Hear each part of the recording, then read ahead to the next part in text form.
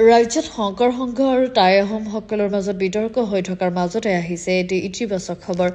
কিয়নো বৰ অসমৰ বৰভেটি গঢ়োতা চাওলুং চুকাফাক বিশ্ব দৰবাৰত প্ৰতিষ্ঠা কৰাৰ লক্ষ্যৰে উজনিৰ বিভিন্ন ঠাইত শ্বুটিং চলি আছে এই বোলছবিখনৰ। এই বোলছবিখন ৰাজ ষ্টুডিঅ'ৰ তৃতীয়খন বোলছবি হয়।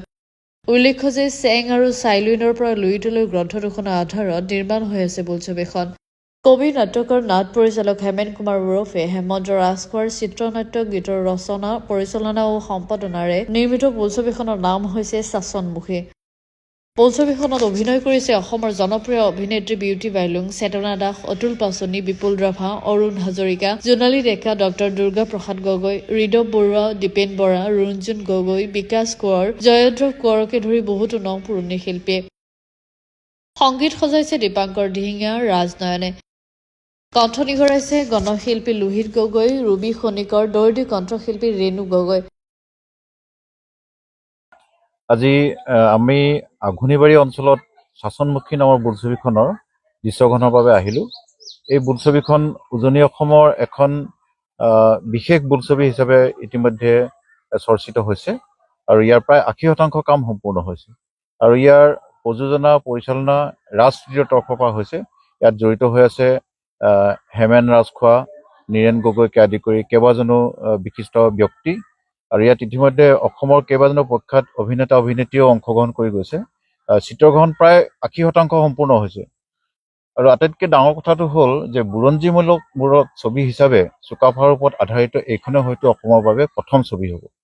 আৰু ইয়াত কেৱল আহোম সম্প্ৰদায়ৰ লোকে অভিনয় কৰিছে বুলি নহয়, সমগ্ৰ অসমৰ একেবাৰে শদিয়াৰ পৰা গুৱাহাটীলৈকে বিভিন্ন অভিনেতা অভিনেত্ৰীয়ে, বিভিন্ন জনগোষ্ঠীয়, বিভিন্ন শিল্পী সমাজে ইয়াত অংশগ্ৰহণ কৰিছে আৰু ইয়াত সমন্বয়ৰ প্ৰতীক হিচাপে চুকাফাই কেনেকৈ আহি বৰ অসমৰ আঁচনি তৈয়াৰ কৰিছিল, অসমখন চাচি চুৰুকি কেনেকৈ এখন বৰ অসম গঢ়িব পাৰে সেই কথা চিন্তা কৰিছিল। সেইকাৰণে শাসনমুখী মানে চাচি চুৰুকি অসমখনক সকলোৰে বাবে আদৰি ল'ব পৰা এখন বৰ অসমৰ কল্পনা কৰিছিল।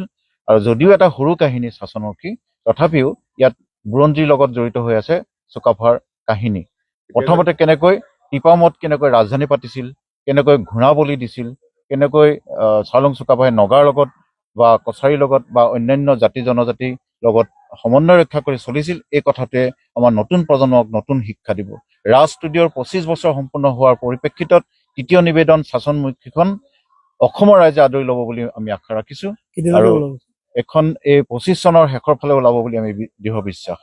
স্বৰ্গদেউ চুকাফাৰ জীৱনৰ ওপৰত এইখন প্ৰথম নিৰ্মাণ কৰা হৈছে বোলছবি, অসমীয়া বোলছবি আৰু তাৰেই কিছু দৃশ্যাংশ আজি আমাৰ আঘোনিবাৰীত থকা স্বৰ্গদেউ চুকাফা তথা আমি ল'ৰাৰ ৰজা হিচাপে জানো, তেখেতৰ 2 পত্নী সৰু মেছলো, বৰ মেছলো যি মৈদাম আছে তাতেই কিছু দৃশ্যাংশ আজি লোৱা হৈছে আৰু ময়ো এই চিনেমাখনতে এটা অংশ হিচাপে খুব গৌৰৱ অনুভৱ কৰিছোঁ আৰু আশা কৰিছোঁ ৰাইজে আঁকোৱালি ল'ব আৰু বহু নজনা কথা, আমাৰ নতুন প্ৰজন্ম তথা ৰাইজে বহু নজনা কথা এই বোলছবিখনৰ দ্বাৰা জানিব পাৰিব।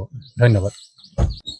সঁচাকৈ বুৰঞ্জীৰ আধাৰত নিৰ্মাণ হোৱা এই শাসনমুখী বোলছবিখনত মই অভিনয় কৰি সঁচাকৈ আপ্লুত হৈছোঁ।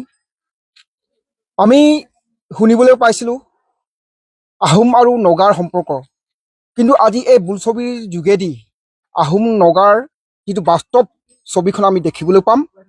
সেইকাৰণে আমি অসমৰ সকলো জনসাধাৰণ, নগা হওক, অসমীয়া হওক, যিয়ে নহওক, সকলোৱে এই চিনেমাখন আঁকোৱালি ল'ব আৰু আমি আশাবাদী আৰু আশা কৰোঁ তেওঁলোকে যাতে এই চিনেমাখনত সফলতাৰ আশীৰ্বাদ দিয়ক।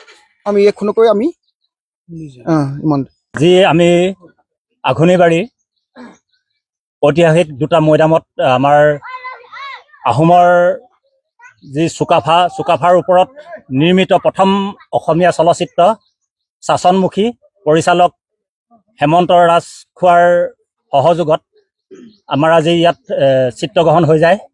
গতিকে আশা ৰাখিছোঁ আমাৰ এই চিনেমাখন সম্পূৰ্ণ হোৱাৰ পিছত অসমৰ সকলো জাতি উপজাতি সকলো অসমীয়া মানুহেই আঁকোৱালি ল'ব আৰু এই চিনেমাখনক অভিনয় কৰা সকলো কলা কুশলীক উৎসাহিত কৰিব বুলি মই